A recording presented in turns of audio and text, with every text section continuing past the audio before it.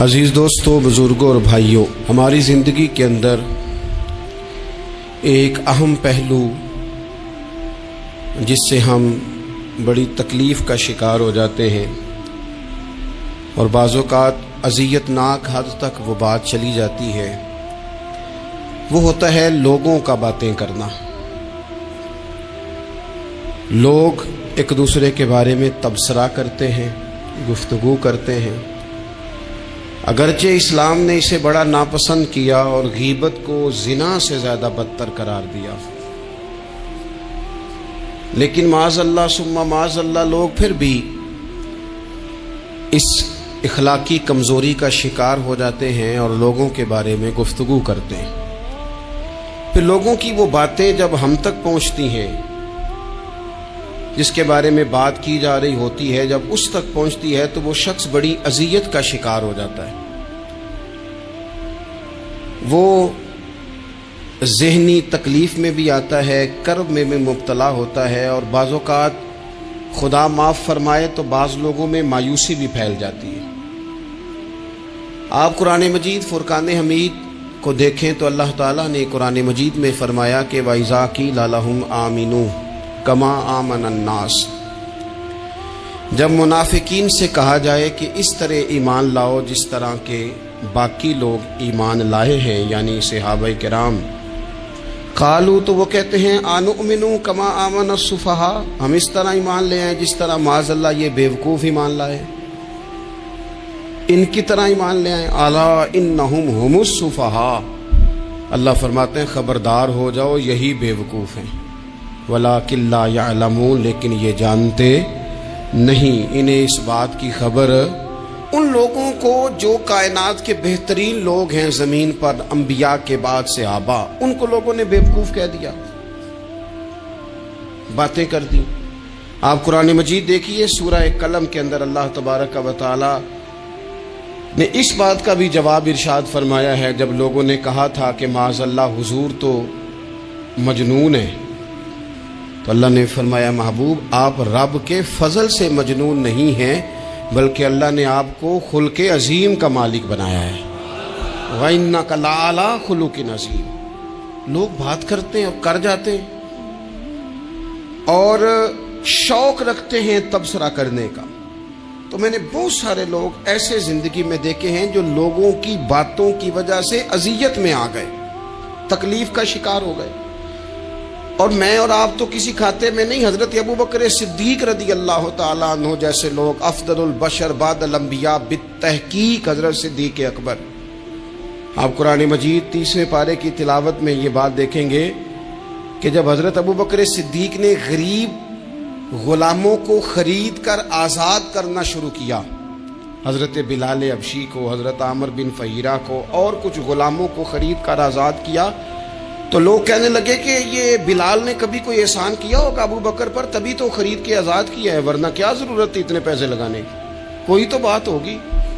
اللہ تعالیٰ نے اس کا بھی قرآن مجید میں اعلان فرمایا ابو بکر نے جو کیا ہے رب کی رضا کے لیے کیا ہے۔ تو گفتگو کرنا، بات کرنا، لوگوں کا اتنا یہ خطرناک مزاج ہے، ایک جملہ کہہ کے لوگ سائڈ پہ ہو جاتے ہیں، بندہ بیچارہ ساری رات تڑپتا رہتا ہے، ایک فکرے کا تبصرہ کر کے لوگ کونے میں چھپ جاتے ہیں، اور کسی آدمی کے لیے وہ اسے سولی پہ لٹکا جاتے ہیں، اپنی زبان کے تیروں سے لوگ پریشان کرتے ہیں۔ پہلے تو اللہ سے یہ معافی مانگیں کہ رب اس جرم سے ہمیں محفوظ فرمائے۔ اور اب تو لوگوں کی زبانیں اتنی لمبی ہو گئی کہ وہ صحابہ تک چلی گئی ہیں، اہل بیت نبوت تک چلی گئی۔ تبصروں کے شوق میں لوگوں نے یہ دیکھا ہی نہیں کہ میری حیثیت کیا ہے اور میں بات کس کی کر رہا ہوں، میری اوقات کیا ہے اور میں تبصرہ کس پہ کر رہا ہوں۔ بے باک ہونا اور بات ہے اور بدتمیز ہونا، ان دونوں میں فرق ہوتا ہے۔ تو میرے عزیز، ایک تو اس سے پرہیز کریں، اور پھر دوسرا، اب ہوتا کیا ہے، ہم اس کا نفسیاتی اثر لیتے ہیں، میں اکثر کہتا ہوں سارے لوگ ہی کانوں کے کچے ہوتے ہیں، کچھ تھوڑے زیادہ ہوتے ہیں، کچھ تھوڑے کم ہوتے ہیں، اور بعض لوگ کہتے ہیں اتنے لوگ فلانے بندے کی بات مانتے ہیں، تو میں نے کہا دنیا میں تو آج بھی کافر زیادہ ہیں، شیطان کے پیروکار آج بھی تو زیادہ ہونا کوئی حق کی دلیل ہے ہمیشہ؟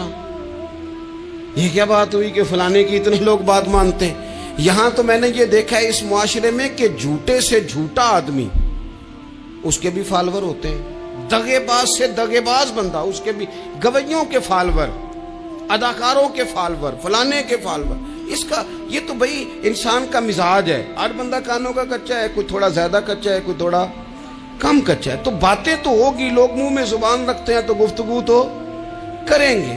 اب یہ اثر لینے والے پہ ہے کہ وہ اس کا اثر کس طرح کا لیتا ہے۔ ہمارے ہاں بڑے بڑے سمجھدار لوگ نفسیاتی ہو جاتے ہیں، بڑی بڑی سمجھدار خواتین نفسیاتی ہو جاتی ہیں، میری ساس باتیں کرتی ہے، میری نند باتیں کرتی ہے، مجھے فلانا باتیں کرتا ہے، مجھے فلانا۔ بھائی باتیں، جس کے منہ میں زبان ہے اس نے بات تو کرنی ہے۔ اب آپ نے کیوں یہ دعویٰ کر لیا ہے کہ آپ اتنے اونچے چلے جائیں کہ آپ کو بات ہی کوئی نہ کرے؟ کیا حرج ہے اس میں؟ اگر کوئی آپ کو بات کر دے تو کیا ہے، ہم کسی نے کر لی تو پھر کیا ہوا؟ اس کا اتنا اثر قبول کرنا کہ ساری رات سونا ہی نہ، پریشان ہو جانا۔ اور بعض لوگ ایسے ہیں جنہیں اتنی باتیں نہیں ہوتی جتنی انہیں ٹینشن ہوتی ہے، یعنی وہ دو بندے کونے میں کھڑے ہیں تو میری ہی بات کر رہے ہیں، اور بھائی تو اتنا اہم نہیں ہے، انہیں کوئی اور کام بھی ہو سکتا ہے، تیری بات ہی انہوں نے کرنی۔ بلا وجہ لوگ سمجھتے ہیں کہ میں بڑا اہم آدمی ہوں، وہاں بھی مجھ پہ تبصرہ ہو رہا ہے، یہاں بھی ہو رہا ہے۔ اس پہلو سے باہر آئیں، اس کمپلیکس سے نکل آئیں۔ ابن حزم کہتے ہیں کہ مصر میں ایک تاجر بڑا کامیاب ہو گیا تھا، بڑا کامیاب تاجر ہو گیا۔ تو زندگی میں جتنے لوگ بھی کامیاب ہوتے ہیں ان سے حسد ہوتا ہے، اس سے بھی اس کے ارد گرد کے لوگوں نے حسد شروع کیا۔ اب تاجروں نے پلاننگ کی کہ اسے خراب کیسے کرنا ہے۔ وہ ایک دن اپنے گھر سے نکلا، سفید کرتا سفید پگڑی باندھ کے باہر۔ اب 5-6 لوگوں نے پہلے سے منصوبہ بندی کی ہوئی تھی۔ ایک صاحب اسے ملے، کہنے لگے ماشاءاللہ آج تو سفید کرتے پر سبز امامہ، سبز پگڑی بڑی ہی اچھی لگ رہی ہے۔ تو وہ ہنس کے کہنے لگا لگتا ہے آپ سو کے اٹھ کے آئے ہیں، پگڑی تو میری سفید ہے۔ اس نے کہا چلو پگڑی تو سبزی ہے، باقی آپ نہیں مانتے تو آپ کی مرضی۔ وہ آگے بڑھا، تو اب چونکہ پلاننگ تھی تو ایک شخص اور ملا، اس نے کہا کیا بات ہے، سفید کرتے پر آپ کا پیلے رنگ کا امامہ کیا جچتا ہے۔ اس نے کہا یار کو خدا کا خوف کر، ہنس کے کہا کیا ہو گیا، تیری اینک کا نمبر تو نہیں تبدیل ہونے والا ہوا؟ اور بھائی میں نے تو سفید کرتا اور سفید ہی امامہ باندھا ہے۔ اب 2-3 لوگوں کی دفعہ تو وہ مسکرایا، لیکن وہ ڈھیر سارے لوگوں نے منصوبہ بندی کی تھی۔ وہ جب چوتھے کے پاس گیا تو اس نے بھی کہا کہ کیا بات ہے سفید کرتے پر پیلے رنگ کے امامے کی۔ اس نے کہا پیلا کہاں ہے؟ اب وہ غصے ہونے لگا۔ اب وہ چھٹے کے پاس گیا تو اس نے کہا جناب کیا بات ہے سفید کرتا اور کالا امامہ۔ اب وہ غصے میں اتنا باولا ہوا کہ پہلے ہنسا پھر رویا، پھر اسے سمجھ نہ آئی کہ دکان کا تالا کس چابی سے میں نے کھولنا ہے۔ بس وہ شام ہوئی تو اس بیچارے کو بچوں نے روڑے مارنے شروع کر دیے۔ وہ اتنی تکلیف میں آ گیا کہ لوگ اسے پاگل کہنے لگے۔ کیوں؟ اس لیے کہ لوگ منصوبہ بندی، افواہ تھی نا کہ میری طبیعت خراب ہے، تو لوگوں نے حال پوچھ پوچھ کر بیمار کر دیا۔ لوگوں کی باتیں، لوگوں کے تبصرے، لوگوں کے کومنٹس۔ بولے امام شافعی، امام شافعی فرمانے لگے لوگوں کی باتیں پتھروں کی طرح ہوتی ہیں، یہ روڑوں کی طرح ہوتی ہیں، اگر انہیں کمر کے اوپر رکھ لو گے نا تو یہ تمہاری کمر توڑ دیں گی، اور اگر تم ان کو اپنے پیروں کے نیچے رکھ لو گے تو تمہارا قد اونچا ہو جائے گا۔ بس دنیا میں وہ لوگ پریشان ہوتے ہیں جو لوگوں کی باتوں کو کندھوں پر سوار کر لیتے، جو پیروں کے نیچے رکھے، جو پاؤں کے نیچے رکھے ان کا قد۔ وہ پرانے زمانے میں نا عارف رومی رحمت اللہ علیہ فرماتے ہیں کہ ایک بیل گائے گر گئی تھی کنویں کے اندر، تو اب وہ لوگ اس کو نکال تو نہیں سکتے تھے، تو انہوں نے اس طرح کیا کہ مٹی ڈالنی شروع کر دی کہ اب بدبو آئے گی، پریشانی ہوگی، تو اس کو بند کر دیتے ہیں اندر ہی کنویں کو، کنواں نئی جگہ پہ کھود لیتے ہیں۔ انہوں نے جب اس کے اندر مٹی ڈالی نا تو وہ گائیں جو تھی وہ مٹی جھاڑ کے تو مٹی کے اوپر آ گئی، انہوں نے پھر مٹی ڈالی تو وہ تھوڑی اور اوپر آ گئی، اور مٹی ڈالی تو اور وہ مٹی ڈالتے گئے اور گائیں وہاں سے کنویں سے باہر آ گئی۔ لوگوں نے دفن کرنا چاہا، وہ باہر نکل آئی۔ اور میرے بھائی لوگ بھی اپنی باتوں میں دفن کرنا چاہتے ہیں، لیکن یاد رکھنا جو چمکنے والے تھے وہ چمکتے ہی رہے، جن کو اللہ نے عزت دی تھی ان کی گھٹائی کوئی نہیں سکا۔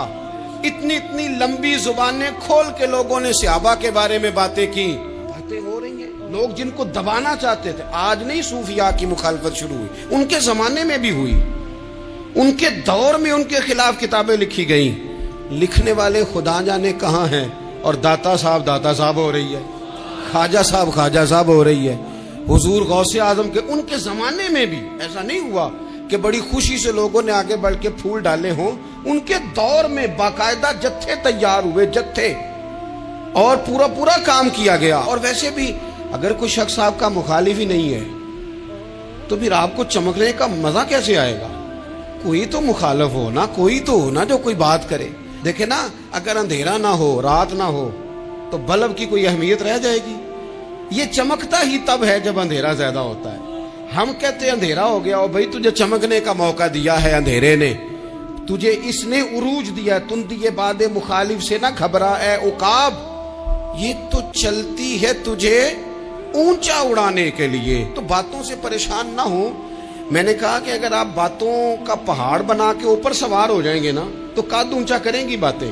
جو بندہ ڈسکس ہونے لگ جاتا ہے وہی تو مشہور ہوتا ہے، اسی کی تو بات ہوتی ہے۔ دیکھیں کیا ہوتا تھا بھلا مکے میں، کوئی بندہ باہر سے آتا تو ابو جال اسے کھڑا کر کے کہتا حضور کے پاس نہ جانا، تو کہتا پتہ تو کروں بھلا نبی پاک کے پاس کیا ہے، پتہ تو کروں بھلا حضور کے پاس کیا ہے۔ تو جن سے تعارف نہیں ہونا تھا وہ بھی تعارف کرا رہے تھے رسول پاک کا۔ تو اس لیے باتوں سے گھبرا جانا، ہاں ایک بات ہمیں کتاب و سنت میں ملتی ہے، اس پر ضرور غور کریں، تہمت والی جگہ سے بچیں، تہمت کا موقع نہ دیں۔ مطلب بلا وجہ ہی اپنے لیے بحث کا دروازہ کھولنا یہ درست نہیں ہے۔ اپنے لیے ہم نہ دروازے کھول لیتے ہیں بحث کے، مفت کی بحث ہو رہی ہے، فلانا بھی ڈسکس کر رہا ہے۔ کچھ چیزیں ایسی ہوتی ہیں جو سب کی سمجھ کی نہیں ہوتی، وہ سب کے سامنے ڈسکس کرنا ضروری نہیں ہوتا۔ حضرت سیدنا ابو ہریرہ رضی اللہ تعالیٰ عنہ فرمایا کرتے تھے، مجھے نبی پاک علیہ السلام نے علم کی 2 تھیلیاں دی ہیں، میں نے ایک کھولی ہے تمہارے سامنے، ایک کھولی ہے، دوسری نہیں کھولوں گا، اس لیے کہ ہر بندے کو بات اس کے ظرف کے مطابق کرنی چاہیے، تو موقع نہ دیں۔ نبی پاک صلی اللہ علیہ وسلم نے فرمایا، اس بندے نے اپنی، یہ بخاری میں موجود ہے، فرمایا اس نے اپنی عزت اور اپنی جان کو محفوظ کر لیا جو فتنے والی جگہ سے بچ گیا۔ جہاں تہمت لگ سکتی ہے اس جگہ سے بچیں، جان بوجھ کے لوگوں کو موقع نہ دیں باتیں کرنے کا، جان بوجھ کے موقع نہ دیں۔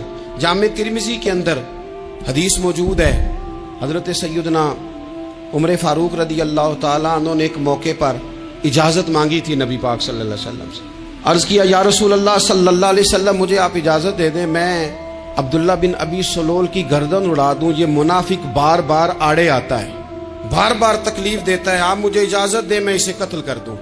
اب وہ چونکہ کلمہ پڑھتا تھا، ساتھ تو رہتا ہی تھا نا، بہت سارے لوگ اسے مسلمان جانتے تھے، تو حضرت سیدنا عمر فاروق رضی اللہ تعالیٰ عنہ نے اجازت چاہی، کہ یا رسول اللہ صلی اللہ علیہ وسلم اگر آپ مجھے اجازت دے دیں، یہ ترمذی میں موجود ہے، یعنی آپ اس جگہ سے بچیں جہاں تہمت لگ سکتی ہے، جہاں بلا وجہ کسی شخص کو شر پھیلانے کا موقع مل سکتا ہے۔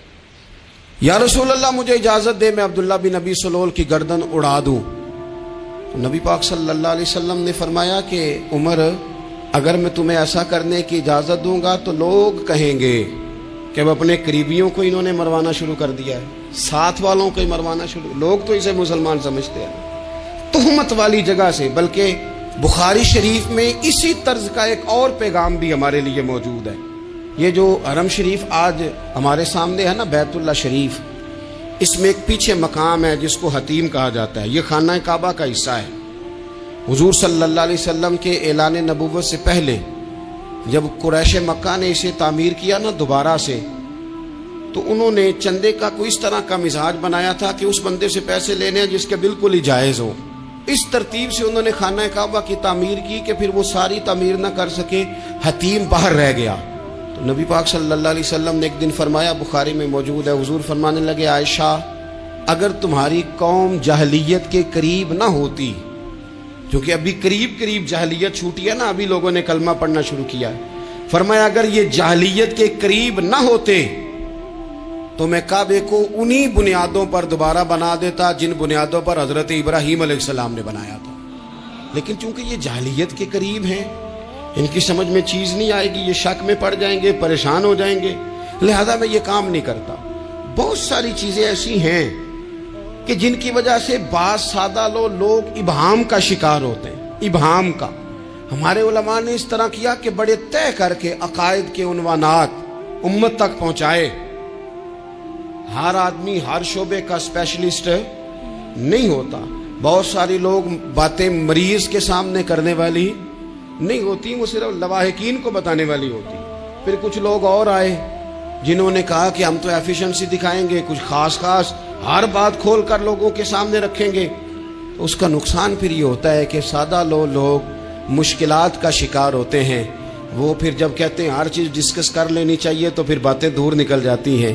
پھر لوگوں نے انبیاء کرام علیہم السلام کی اجتہادی خطاؤں کو ڈسکس کرنا شروع کیا. ربنا ظلمنا انفسنا، اگر حضرت آدم یہ لفظ کہیں تو ان کے لیے تو ٹھیک ہے، لیکن اگر کوئی غلام اور امتی اور بیٹا اٹھ کے یہ لفظ کہے تو اس کے لیے ٹھیک نہیں ہے. تو میرے عزیز ایسے کام نہ کریں جس کی وجہ سے بلا وجہ بحث کا. ہمارے یہاں کچھ لوگوں کو شوق ہے خبروں میں رہنے کا، وہ ایسی باتیں چھیڑتے ہیں جن سے نہ وہ خبروں میں رہ سکیں. میں نے دیکھا ہے وہ کہتے ہیں جی میں نے کوئی انوکھی بات کرنی ہے. بھئی انوکھی بات کرنے سے بندہ مشہور تو ہو جاتا ہے. ہمارے زمانے میں مشہور ہی وہ ہوتا ہے جو دوسروں سے ذرا ہٹ کے بات کرے، انوکھی کرے. وہ ہمارے لطیفہ لکھا ہے نا، ایک اہل عرب کا ایک ہجا نام کا عربی کا ایک لطائف سنانے والا شاعر ہے. تو وہ کہتا ہے کہ ایک شخص نے ایک دفعہ کہہ دیا تھا گدھا کھانا جائز ہے. بڑے بڑے علماء اس کے گھر چلے گئے کہ بھئی کوئی دلیل، کوئی جزیہ، کوئی کہاں سے، کوئی کتاب، کوئی حوالہ، کوئی شے. اس نے کہا روز آؤ گے ایک ایک بندے کو بتاؤں گا، کٹھا اسٹیج لگاؤ، ایک ہی دفعہ حوالے دیتا ہوں، روز نہیں دیے جاتے. وہ اسٹیج لگ گیا، دنیا جمع ہو گئی جنہوں نے کبھی ٹائم نہیں نکالنا. تو یہ ذرا انوکھی بات جو کر رہا تھا تو سارے لوگ آ گئے. تو وہ اسٹیج پہ چڑھا تو کہنے لگا مجھے جانتا کوئی نہیں تھا. چلو اب بدنام جو ہوں گے تو کیا نام نہ ہوگا. اب قیامت تک کہو گے تو صحیح نا، وہ اس مولوی دے گھر جنہیں ایک بار آخیا نہیں تھی گدا کھانا جائز ہے، چلو بدنام جو ہوں گے تو کیا. تو بہت سارے ایسے لوگ ہیں جو ہیں بدنام، پر چلو نام تو ہو گیا نا. بدنامی صحیح، شرارت صحیح، شیطانیت صحیح، لیکن نام تو ہو گیا. تو اس لیے کوئی ایسا انوکھا کام جس سے لوگوں کی، میں آپ سے بڑی گزارش عرض کروں، اعلیٰ حضرت بریلوی رحمۃ اللہ علیہ نا لالٹین کے اندر مٹی کا تیل جلایا جاتا ہے ہمارے ہاں. تو مٹی کا تیل ظاہر ہے اس سے بدبو آتی ہے، تو مسجد میں وہ جلانا جائز نہیں تھا. تو ایک صاحب ارنڈی کا تیل لائے، وہ خوشبو والا ہوتا ہے.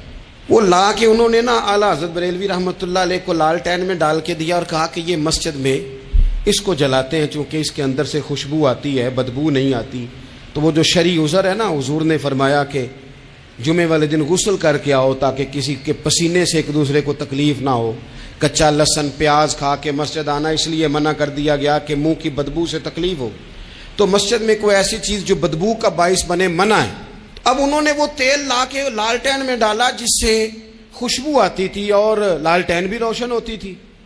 تو اعلیٰ حضرت فاضل بریلوی رحمۃ اللہ علیہ اپنے اس خادم سے فرمانے لگے کہ اب لوگ تو آئیں گے نا، تو ہمارے علاقے میں تو ساری دنیا مٹی کے تیل سے ہی چلاتی ہے، تو اب آپ نے ایک خوشبو والا تیل لا کے ڈال تو دیا ہے اس کے اندر لالٹین میں، پر یہ لوگوں کو بتائے گا کون کہ یہ تیل وہ نہیں ہے.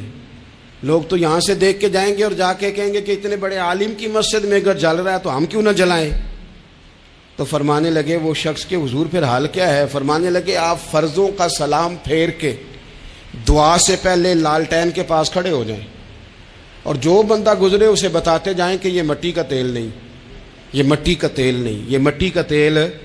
ہر شخص کے ذہن تک بات اتر جائے تاکہ لوگ کسی ایسی چیز کا شکار نہ ہو جائیں جس سے کہ ان کے مزاج میں کوئی غیر شرعی چیز عروج پکڑ لے. تو میرے عزیز ہم نہ کچھ بدگمانیاں لوگوں کے اندر لوگ ڈالتے ہیں. ہمارے ہاں بالخصوص پاکستان میں جب سے سیاسی فرقہ واریت شروع ہوئی ہے، سیاسی، ہماری قوم کا مزاج اتنی بری طرح خراب کیا گیا ہے.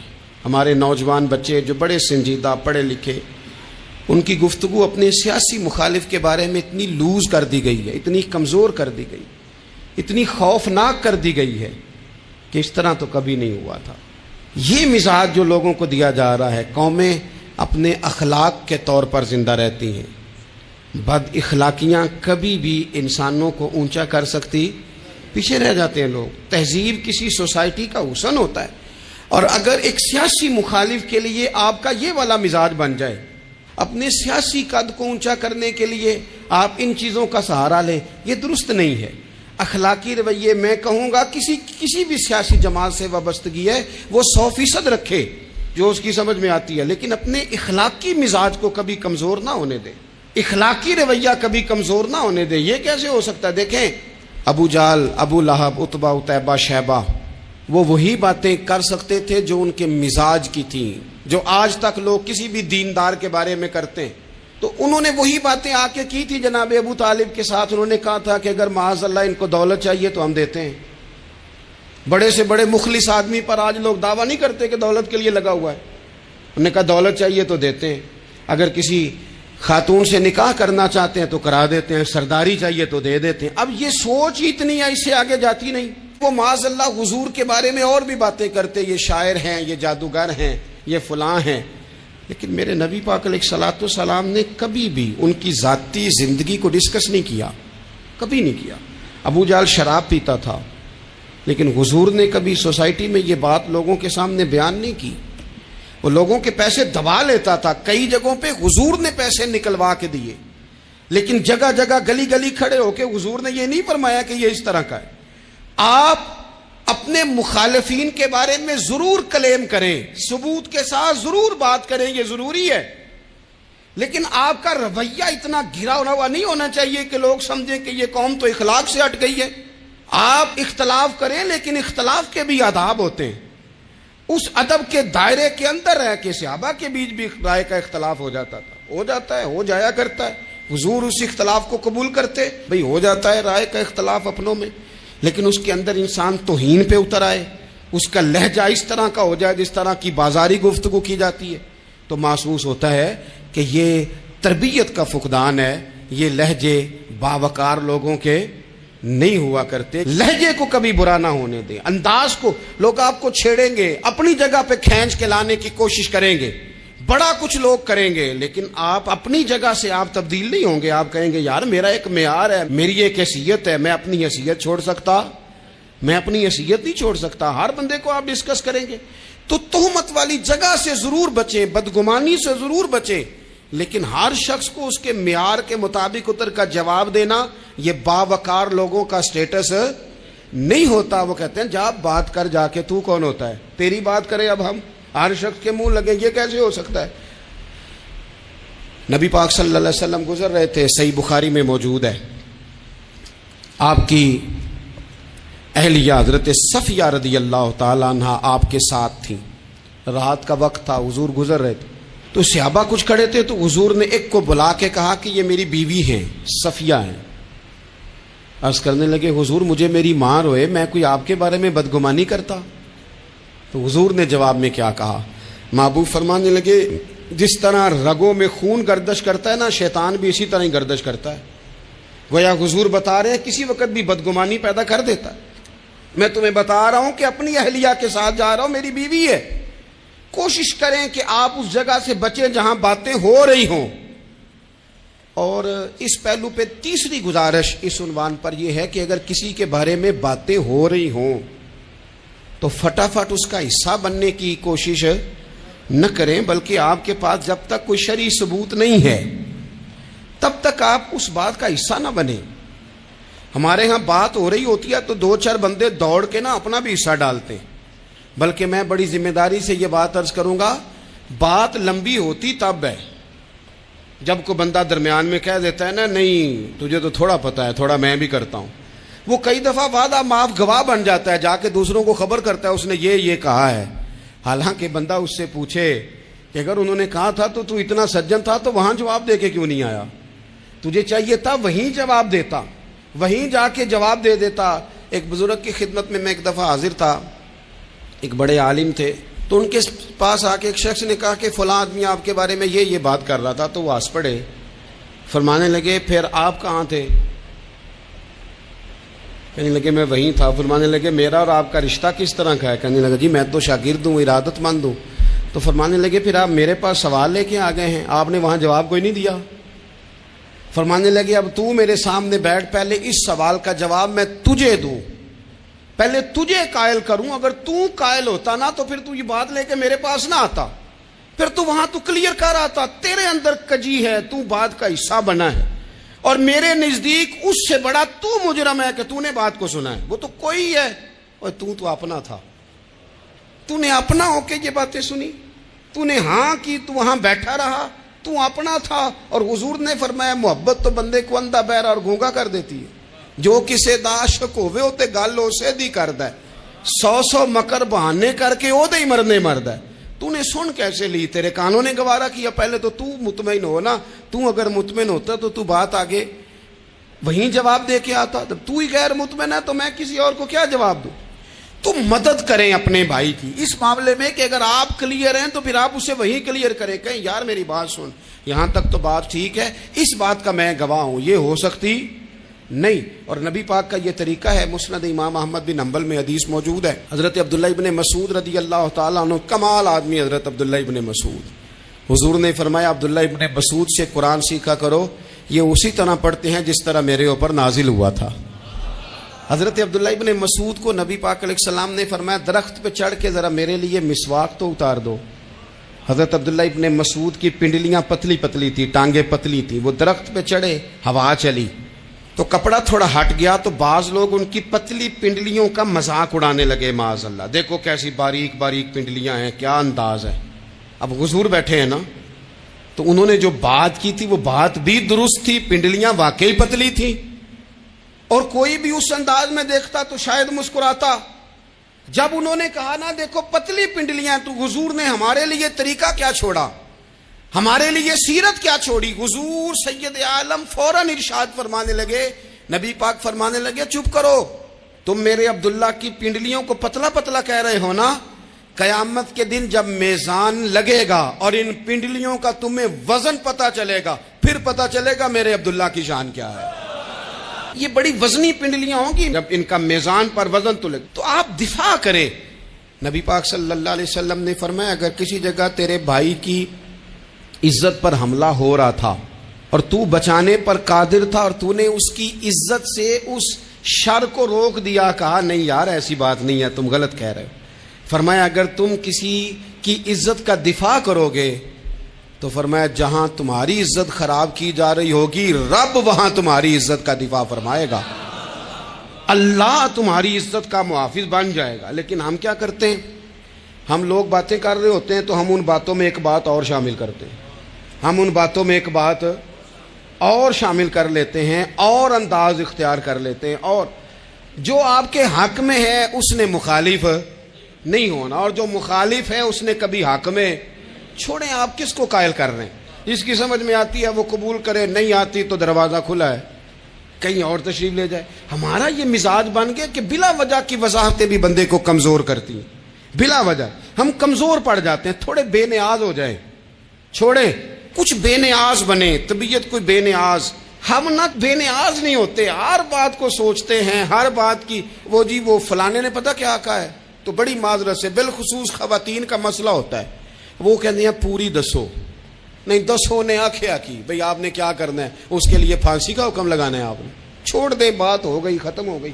اپنی زندگی میں تھوڑی سی بے نیازی بھی پیدا کریں، تھوڑی سی بے نیازی، ہر ایک کی بات سننا، ہر ایک کی بات پر غور کرنا، ہر بندے پر تبصرہ شروع کر دینا، وہ تو تکلیف آ جائے گی۔ وہیں سے جہاں سے بات شروع کی تھی پھر وہیں لاتا ہوں کہ باتوں کا اثر لیں لیکن صرف خیر کی باتوں کا اثر لیں، لیکن صرف اچھے لوگوں کی باتوں کا، ہر ایک کی بات کا اثر لوگے لوگ دو قدم نہیں چلنے دیں گے۔ اور دوسرا میں آپ کو بڑی ذمہ داری سے عرض کرتا ہوں، ہم ویژن والے لوگ ہیں، ہماری 1400 سال کی تاریخ ہے، ہم ویژن والے لوگ ہیں۔ یہ نہیں ہے کہ ادھر ایک بندہ آیا تو تھوڑی سی ہم اس کے پیچھے چلے جائیں گے، پھر کل ایک اور آئے گا تو تھوڑا سا اس کے پیچھے چلے جائیں گے۔ یہ تو وہ لوگ ہوتے ہیں جن کی پیچھے بنیاد نہیں ہوتی، اور جن کی پوری بنیادیں ہونا، وقت زیادہ ہو گیا ورنہ میں آپ کو اپنی سند پڑھ کے بتاتا کہ ہماری سند امام بخاری تک کیسے جاتی ہے اور امام بخاری کی رسول پاک تک کیسے جاتی ہے۔ یہ تو ایک تسلسل ہے، تو اس لیے بڑی جلدی آزمائش کا شکار نہ ہوا کریں۔ باتیں کس لیے؟ جو بندہ ویلا ہے اس نے بھی 4 باتیں، تو ہر بات کا اثر نہ لیں۔ بالخصوص جوانوں سے کہتا ہوں، ٹارگٹ اچیو کرنے کے لیے سب سے پہلے تو مقاصد کا تعین کرے، جانا کدھر، اور پھر اس پہ لگ پڑے۔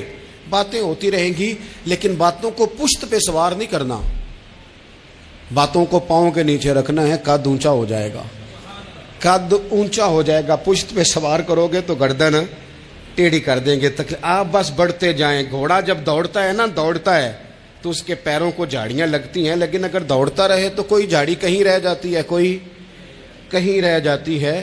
باقی مخلوق کرتی ہے باتیں، وہ کرتی رہے گی، آپ آگے بڑھیں، سفر کرتے رہیں، سفر بہت سارے باتیں کرنے والے وہی رہ جاتے ہیں اور کام کرنے والے کہیں کے کہیں پہنچ جاتے ہیں۔ باتیں کرنے والوں میں سے نہ ہوں، کام کرنے والوں میں سے ہوں۔ اللہ توفیق عطا فرمائے۔ آخر دعوانا الحمدللہ رب العالمین۔